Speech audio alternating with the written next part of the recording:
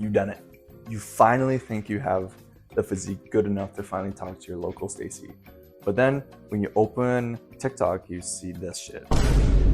Pretty fucking humbling, right? But it's okay, because I'll be showing how I went from this to this in just over a year. The main foundation of an aesthetic physique is having a snatched waist, bolder shoulders, and a Dorito back. When it comes to shoulder training, you should be focusing on all three heads of the shoulder. Assuming that you do every shoulder exercise flawlessly, your front delts and rear delts should be getting enough stimulus to grow. But when it comes to side delts, they're a little easier to train. The side delts are trained by some kind of raising motion. This can include like dumbbell raises, machine ladder raises, or cable ladder raises. The nifty thing about the side delts is that they recover quicker than the other heads. This allows them to be progressively overloaded quicker compared to the other heads. Currently, I'm running upper-lower rest, so I get to work on my shoulders up to like 3 times a week. Now, when it comes to building a Dorito back, you need to be focusing on building your lats and traps. This gives that illusion that your waist is smaller than it actually is, and it gives that pyramid kind of look. Personally, I do some kind of lat pull down variation and a wide grip row to target my traps and rear delts in the process.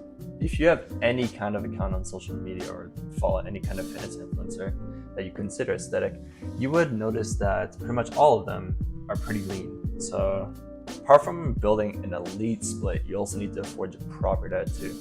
So in order to bulk up, you need to be eating a calorie surplus of at least 300 calories more. The thing about bulking is that people realize that, or they try to think that more calories and more protein equals bigger muscle gain.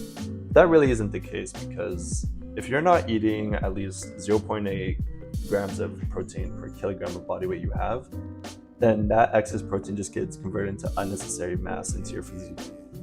And if you eat, like during a dirty bulk, most people think, oh, if I eat 1,000 calories more than I usually do, then you're just gonna get so much fat. You're gonna bloat, be fat, and you're gonna be a chud for the remainder of your journey unless you cut.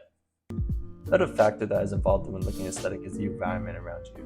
Having the correct lighting can make you look so much bigger and leaner than you already are. Finding the correct lighting or making your own with other light sources like flashlights or some kind of natural lighting could give you that effect, and it can bring some creativity in posing.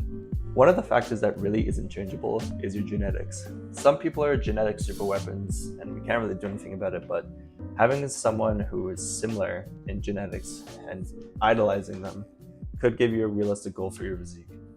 But if all else fails, you can just hop on steroids. But regardless, at the end of the day, you shouldn't really be beating yourself up just because you're comparing yourself to someone who is like the top 0.0000001% genetics.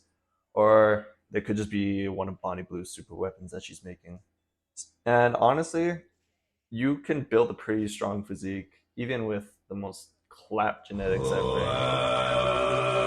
It just determines how committed you are to the gym.